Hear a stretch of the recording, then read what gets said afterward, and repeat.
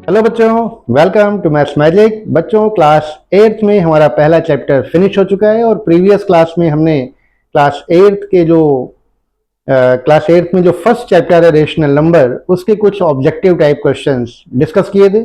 इसी सीरीज को अभी आगे हम लोग कंटिन्यू रखेंगे और आज सेकंड पार्ट में हम लोग कुछ और क्वेश्चंस डिस्कस करेंगे ऑब्जेक्टिव टाइप। तो आज के क्वेश्चंस भी हमारे फिल इन द ब्लैंक्स पर बेस्ड हैं। आइए देखते हैं क्या है हमारे आज के क्वेश्चन। तो पहला क्वेश्चन है बच्चों, negative of a rational number is called its, यानी किसी रेशनल नंबर का नेगेटिव उसका क्या कहलाता है। तो हमने आपको सिखाया है जब चैप्टर हम पढ़ा रहे थे कि अगर हम किसी भी रेशनल नंबर का नेगेटिव करते हैं तो उसका साइन चेंज हो जाएगा। जैसे प्लस है उसका नेगेटिव करेंगे तो माइनस हो जाएगा, और अगर माइनस है और उसका नेगेटिव करेंगे तो वो प्लस हो जाएगा। तो नेगेटिव करने पर साइन चेंज होगा, और जब साइन चेंज हो जाता है तो उससे हम लोग जो नया रेशनल नंबर मिलता है, साइन चेंज होने के बाद जो नया रेशनल नंबर मिलता है वो कहलाता है एडिटिव इनवर्स। तो यहाँ पे हमारा जो आंसर होगा वो होगा एडिटिव इनवर्स, यानी negative of a rational number is called its additive inverse. यहाँ आप फिल कर दीजिए एडिटिव इनवर्स। ये पहला क्वेश्चन था। अगला क्वेश्चन देखिए क्या है, multiplication identity of rational number is. अब मल्टीप्लिकेशन आइडेंटिटी भी हमने आपको बताई है।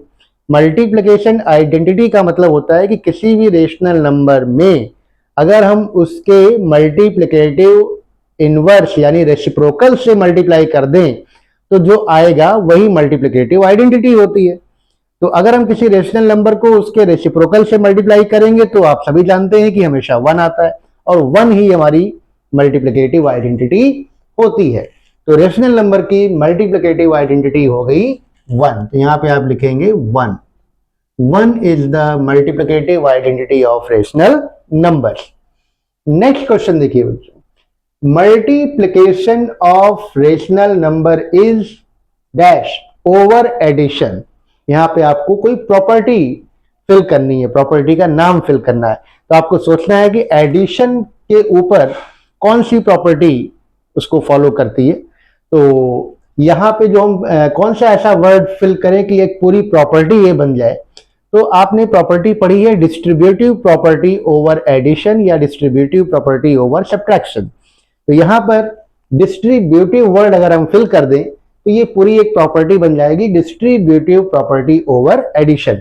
तो रेशनल नंबर्स का जो मल्टीप्लिकेशन होता है वो एडिशन पर डिस्ट्रीब्यूट होता है, यानी हम कह सकते हैं कि multiplication of rational number is distributive over addition. तो यहां पे वर्ड आएगा डिस्ट्रीब्यूटिव। डिस्ट्रीब्यूटिव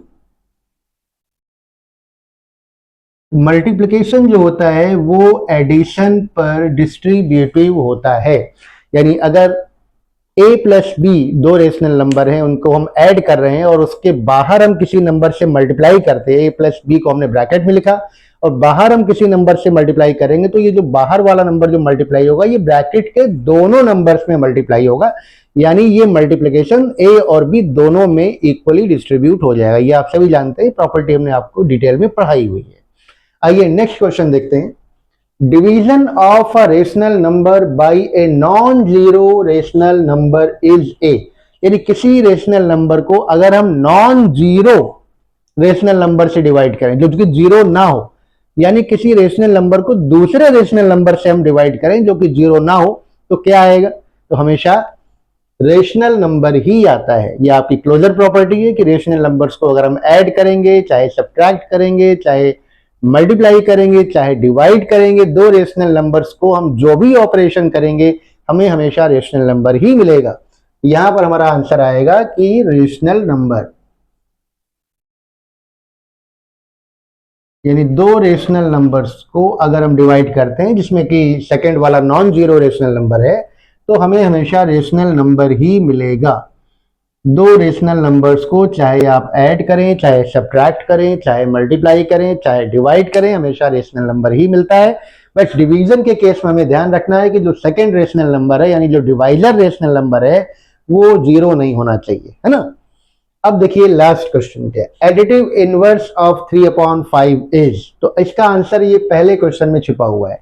हमने अभी सीखा है कि negative of a rational number is called the additive inverse, यानी अगर हमें किसी रेशनल नंबर का एडिटिव इनवर्स निकालना है तो हमें उसका नेगेटिव कर देना है, उसको नेगेटिव साइन से हमें उसको मल्टीप्लाई कर देना है। तो अगर 3/5 है तो उसका जो एडिटिव इनवर्स होगा वो इसका नेगेटिव होगा, यानी -3/5 होगा। तो 3/5 को अगर हम माइनस साइन के साथ लिख देंगे, उसका नेगेटिव लिख देंगे 3/5 का, तो ये इसका एडिटिव इनवर्स हो जाएगा। और ये भी आप जानते हैं कि जैसे 3/5 का एडिटिव इनवर्स -3/5 है, तो -3/5 का एडिटिव इनवर्स +3/5 होगा, है ना। ये सभी आपने पढ़ा हुआ है। तो ये कुछ बहुत ही सिंपल से लेकिन कॉन्सेप्ट पर बेस्ड ऑब्जेक्टिव टाइप क्वेश्चंस थे, रेशनल नंबर पर बेस्ड। ऑब्जेक्टिव टाइप क्वेश्चंस को सॉल्व करने के लिए ये बहुत जरूरी है कि आप सारे कॉन्सेप्ट को ध्यान से समझें और पढ़ें, तभी आप ऑब्जेक्टिव टाइप क्वेश्चंस कर पाएंगे। अदरवाइज ऑब्जेक्टिव टाइप क्वेश्चंस कभी कभी बहुत डिफिकल्ट भी हो जाते हैं अगर हमारे कॉन्सेप्ट क्लियर नहीं है तो उम्मीद है कि आज की क्लास आपको अच्छी लगी होगी, क्वेश्चंस आपको समझ में आ गए होंगे। अगर कोई क्वेरी है तो आप अलग से पूछ सकते हैं, आपको हम रिप्लाई जरूर करेंगे। और अगर आपको क्लास अच्छी लगी हो तो फिर वीडियो को लाइक कर दीजिएगा, और अगर शेयर कर देते हैं तो फिर तो बहुत अच्छा लगेगा। तो आज की क्लास में बस इतना ही। नेक्स्ट क्लास में कुछ और ऑब्जेक्टिव क्वेश्चंस लेके आपसे मिलेंगे। तब तक आप अपनी प्रैक्टिस करते रहिए, मैथ्स पढ़ते रहिए और हमारी क्लासेस भी रेगुलर अटेंड करते रहिए। Thank you and have a nice day. Bye bye.